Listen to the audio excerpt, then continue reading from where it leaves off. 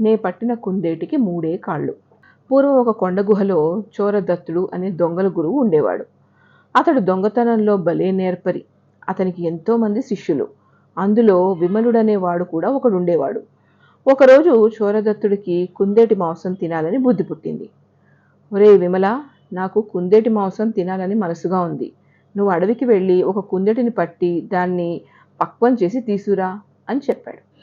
విమలుడు సరేనని అడవికి వెళ్ళి ఒక కుందేలుని పట్టి చంపి దాన్ని బాగా కాల్చి తీసుకువస్తుండగా అతనికి ఒక దుర్బుద్ధి పుట్టింది. ఆకలి జాస్తిగా ఉండటంతో నోరు ఊరి ఆ కుందేటి కాలు ఒకటి కొరికి తినేసి మిగిలిన దాన్ని తీసుకొచ్చి గురువుకి సమర్పించాడు. కుందేలుకు మూడే కాళ్ళు ఉండడం చూసి చోరదత్తుడు, ఇదేమిటబ్బాయి, ఈ కుందేటికి మూడు కాళ్లే ఉన్నాయి, అసలు నువ్వు పట్టిన కుందేలుకి మూడు కాళ్లేనా అని అడిగాడు.